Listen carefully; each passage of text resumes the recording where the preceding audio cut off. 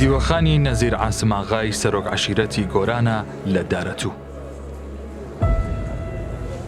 لە ڕۆژانی پێشوازی لە میوانان هەزاران کەس سەردانی دەکەن و بە گەرمیەوە لەلایەن نەزیر ئاغای سەرۆک عەشیرەتی گۆران و ڕاگری کۆلێژی سەربازی زاخۆوە پێشوازیان لێ دەکرێت. ئەم دیوەخانە مێژوەکەی بۆ سەدان ساڵ دەگەڕێتەوە و بە یەکەم دیوەخانی عەشیرەتی گۆران دادەدرێت. پێشەکی پیرۆزبایی جەژن لە هەموو مسلمانانی جیهان دەکەین، بە تایبەتی لە جەنابی سەرۆک و لە هەموو پێشمەرگەکانی سەر بە حکوومەتی هەرێمی کوردستان و هەموو دام و دەستگایەکانی ئەمنی کە ئیمڕۆ هەمویان خەریکن و ملکەچن تاکو بتوانە زیاتر بەرگری لە خاک و نیشتیمانی کوردستان بکەن. لەو مەناتیقانەی کە ئیشمان کردیە هەم لەسەر ئاستی عێراقی اتحادی و لەسەر ئاستی هەرێمی کوردستان کۆمەلە عیلاقاتی کۆمەلایەتیمان دروست کردیە، نەتەنها لەگەڵ عەشیرەتی خۆمان بەڵام لەگە هەموو عەشیرەتەکانی دەوروبەر و لەگەڵ هەموو مەناتیقەکانی هەرێمی کوردستان و عێراقی اتحادی. ئەوەش دەگەڕێتەوە بە پێی ئەو عیلاقاتانە کە ئیشمان کردی هەم کاتی کە پێشمەرگە بین لە ناو لەشکری کوردستان و هەر کە تاکو ئێستا بەردەوامین وەکو ئەفسەرێک لە وەزارەتی بەرگری عێراقی فدرال لە هەموو محافەزاتەکان ئیشمان کردیە، بگرە لە مووسلێ، لە دیالە، لە سەلاحەدین، لە بەغا، لە جنوب. ئەوەش هۆکارێک بیە کە زیاتر ئەو عیلاقاتانە پەرە بستێنی. ئەو عیلاقاتانە وای کردیە کە هەموو مناسەباتی با بڵێن جەژن ئەو خەڵکە قەسدی ئەو دیوەخانە دەکا. ئەوەش فەزلێ ڕەب العالەمینەوە بە پێی ئەو عیلاقاتێکە دروست بوو. ئەم دیوەخانەی نەزیر ئاغا بۆتە سەنتەری ئاشتەوایی کۆمەڵایەتی لەو سنوورە. تاوەکو ئێستا دەیان کێشەی گەورەی کۆمەڵایەتی و دوژمنداری تێدا چارەسەر کراوە. پێش هەر شتێکیش نەزیر ئاغا دەڵێت ڕەزامەندی خوای گەورەمان مەبەستە. مەبەست و غایەتت ڕەب العالەمین بی کە ڕەزامەندیە خوای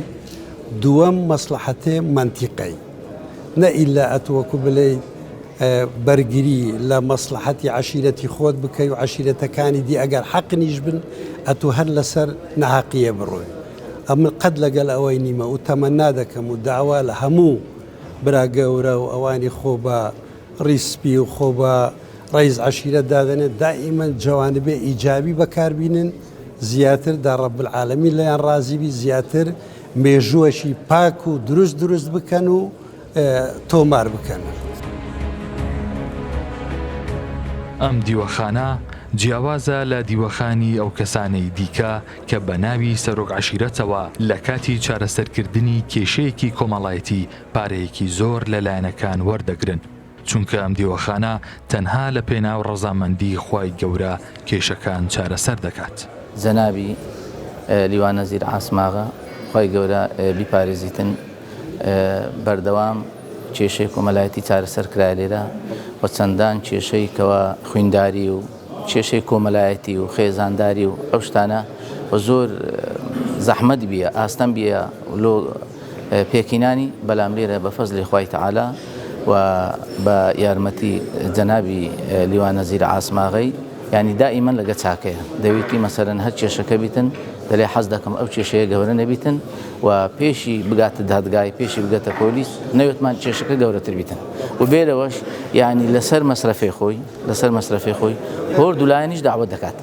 یعنی هۆر دوولایەن دەینتە ئێرە لەسەر مەسرەفی خۆی هەڵدەستی داوەتی دەکە، هۆر دوولایەن دەینتە پێشان دەینتەوە. زۆر جاران مستعد بیە یعنی لە بەیری خۆپارەی بداتن لەوەی بەس کێشەکە گەورە نەبیتن.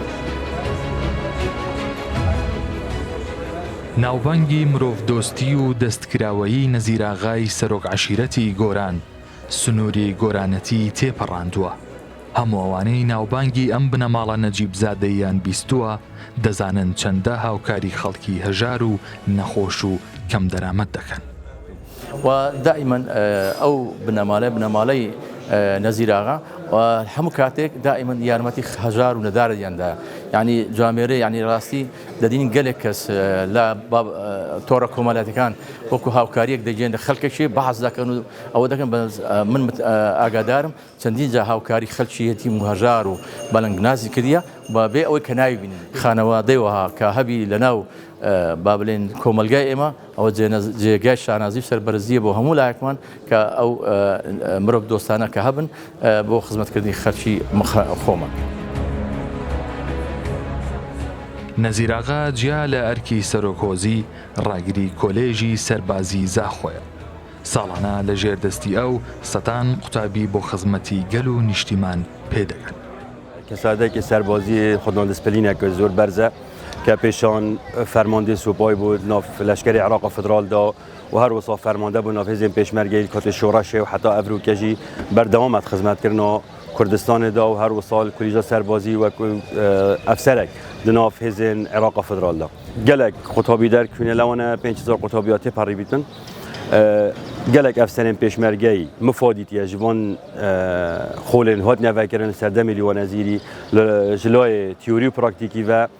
zanistê serbaziyê serdem da kulîja serbazî.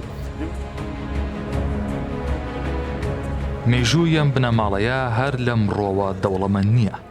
بەڵکو پەیوەندیەکی بەهێزیان لەگەڵ شۆڕشی ئازادیخوازی گەلی کوردستان هەبووە. پشت لە دوای پشت وەکو پێشمەرگە خەباتیان کردووە و یارمەتی شۆڕشیان داوە. من ئەفسەرێکی سەر بە وەزارەتی بەرگری عێراقی فیدرال بووم لە خولی 68 لە سالی 1984 دەرچیم وەکو پلەی ملازم لە ناو بەڵام کاتی شۆڕەشی گولان دەستی پێکرد و قەناعەتم بە قەزیەی کوردی هەبوو و قەناعەتم بە قیادەی بارزانی هەبوو کە پارتی دیموکراتی کوردستان بوو ئەو کاتی لە 1986 پەیوەندیم بە پارتی دیموکراتی کوردستان کرد وەکو پێشمەرگەشی شۆڕەشی ئەیلول بەردەوام بیم یعنی تاریخ شاهدە لە شۆڕەشی ئەیلول کە باوکم ڕیز عەشیرەت بوو کە باوکم قیادەی ئەو عەشیرەتەی دەکرد لە ڕەحمەتی لێبی لە 1974 بە پێی کە هاوکاری هێزەکانی پێشمەرگەی دەکرد تووشی زیندانی بوو و نیزامی بەعسی ڕووخاو 14 سال حکمی پێدا حکم بوو لە 1974 و پاش نەکسەی شۆڕەشی ئەیلول عەفوەک درا لە هەموو زیندانیان ئازاد کرا. نەزیراغا هەر لە تەمەنێکی لاوەوە پەیوەندی بە شۆڕەش دەکات و ساتی یەکەم دیداری لەگەڵ سەرۆک بارزانی دەجێڕێتەوە. لە 11 دەی 1986 کە ئێکەم لێقامەوەش خەونەک بوو کە زەعیمەکی کوردی وەکو جەنابیان من ئەو کاتی کە تەمەنم 22 سال 23 سال بوو کە وەکو بڵێ شاد بیم بە لیقای جەنابیان و زۆر گفتوگۆ و مناقەشەمان کرد و زۆر لای من زۆر سەیر بوو. یعنی زۆر من وەکو ئەفسەرە احتیمالە هەموو قاید فەیلەقەکان هەموو قاید فەرقەکان ناویانم نەدەزانی بەڵام ئەو بە دەلیل و بە پێی معلوماتی لە لای جەنابی هەموو مەسەدەی وە قاید فەرقێ سێ ماهر عەبدڕەشید لیواڕکن قاید فەرقێ 5 فلانە قاید فەیلەق فلانە یعنی پێم سەیر بۆ زۆر بابەتێ سەربازی زۆر مناقەشەمان کرد تقریبان ماوەی سعاتێک لە خزمەت جەنابیاندا منی مخەیەر کە گوتی جەنابەت کە ئەفسەرێکی التیحاقت کردیە پێشمەرگاتی سەختە وەکو خزمەتی سەربازی نیە ئەتو مخەیەری پێت خۆشە وەکو پێشمەرگە خزمەت بکە پێت خۆشە وەکو مواتنێک دابنیشی بەڵام من داوام لە جەنابیان کرد کە بەردەوام بم لە خزمەتی پێشمەرگایەتی و بووم بە پێشمەرگە لە لەقیەکی پارتی دیموکراتی کوردستان. ئەم سەرۆکۆزە و باب و باپیرانی گرنگێکی زۆریان بە بابەتی هۆشیاری و پەروەردەداوە بۆیە هەر لە کۆنەوە تاوەکو ئێستا پشتیوانی سێکتەری پەروەردەبوونە. چەندین جار ئەمن وەکو بەڕێوەبەری پەروەردە بین جەنابی نیازیراغا پاڵپشتی مادی و معنەوی پەروەردەی بەردەڕەشی کردیە لە چەندین جار یعنی کە هاوکاری مادی و هاوکاری معنەوی پاڵپشتی پرۆسەی پەروەردەی بیە و وەکو باسمان لە ساڵی 1936 یعنی سێ قوتابخانە لە سنووری ئەو دەڤەرەی هەبوو یەک لە ناحیەی بەردەڕەش کە ئەو کاتی و دووەمیان لە گوندی زەنگران سێم لە ناحیەی دارەتوو داواکارین هەموو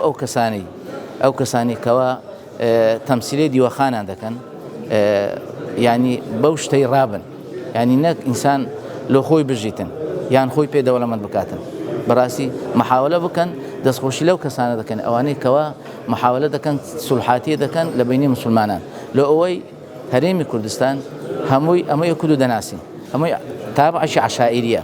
لە هەموو لایشی ئەو تابعی عشائری ئەگەر تو بڵێ سولح دەکەم و شێک بی و شێک لێ نایەت دەبینی دوو زەلام کوژرایە ئەوی لایەتی زەلامە کوژرایە تو ناکرێت لایەتی بڵێ دەبی و شێک بیتن بەس سولح بکرێتن فتنەکە بنبڕ دەبیتن ڕێزمەیەلۆ هەموو ئەفسەرەکانی سەر بە لەشکری کوردستان و سەر بە وەزارەتی بەرگری قران بەڵام هەندێک مەعایر هەیە یعنی ئەفسەر و مامۆستا ناتانی ئەرکی خۆ ببینی ئەگەر ئەو مەرجانەی تێدا نەبی ئەفسەر مامۆستا دەبی لە هەموو ڕێشێ پڕ معلومات بی داکو بتانی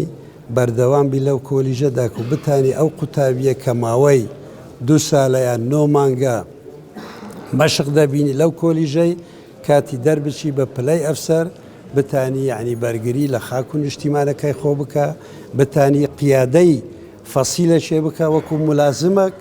کە ئەرکەکانی خۆی جێبەجێ